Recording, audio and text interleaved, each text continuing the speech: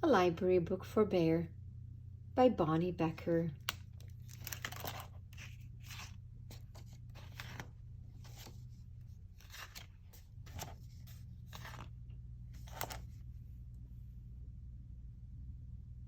One morning, Bear heard a tap, tap, tapping on his door.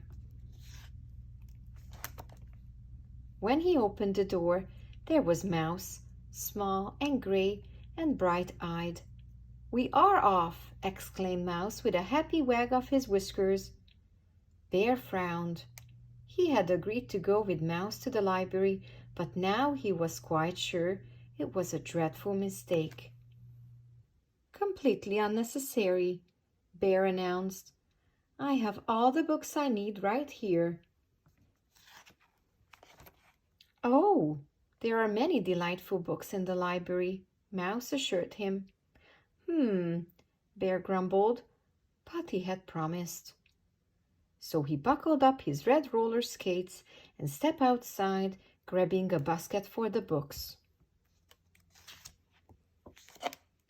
Bear skated and Mouse rode in the basket to the library, the wind rippling nicely through their fur.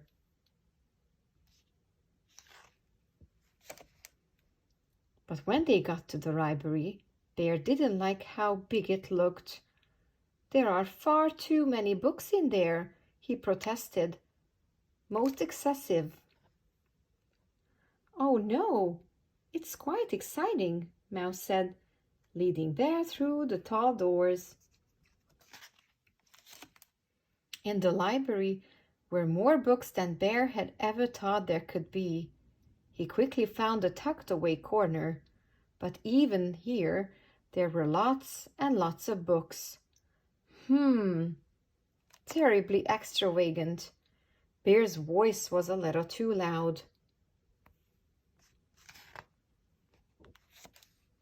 "I shall find you the perfect one," Mouse said quietly in his library voice. "One about pickles," commanded Bear.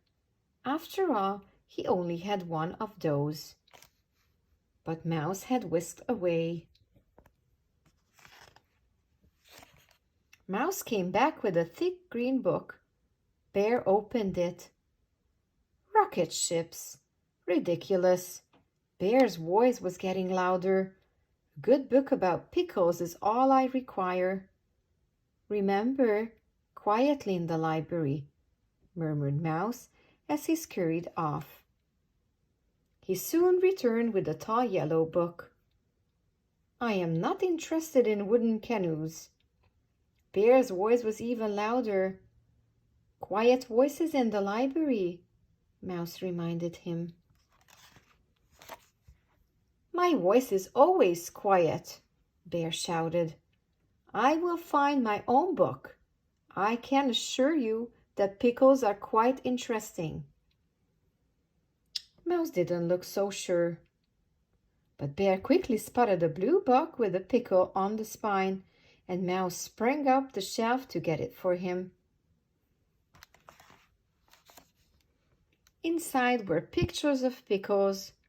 The pickles had little fairy wings. They were dancing with petunias. "No dancing pickles!" Bear roared. "Shh!" said a voice. Bear peeked around the bookshelf.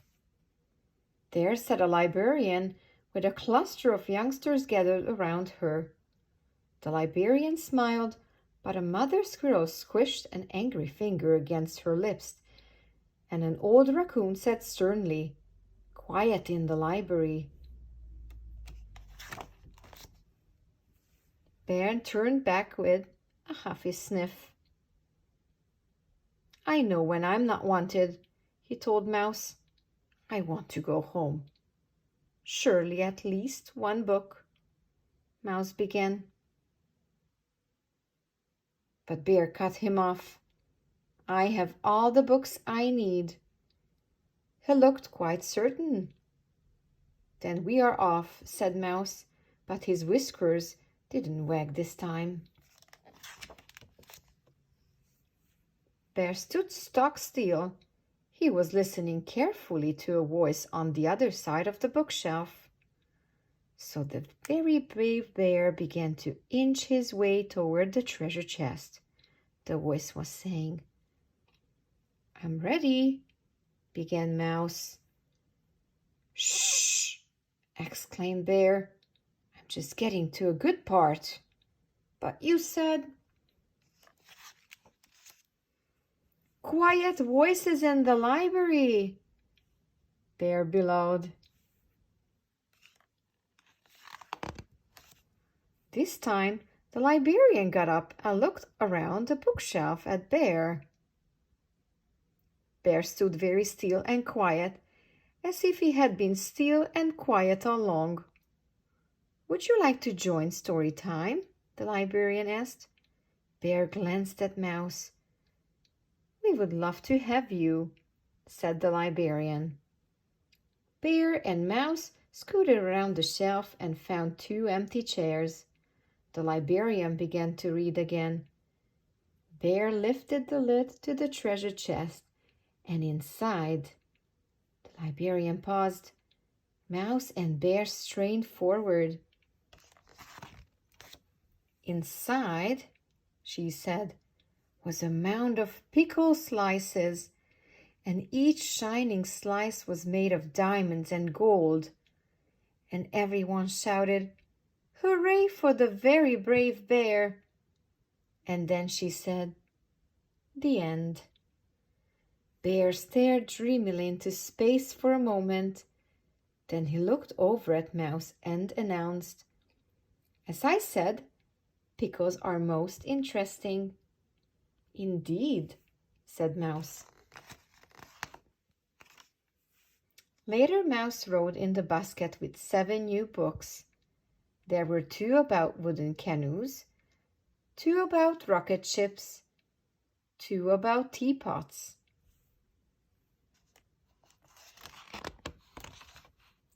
And 1 called The Very Brave Bear and the Treasure of Pickle Island, which Bear read to Mouse that very same day.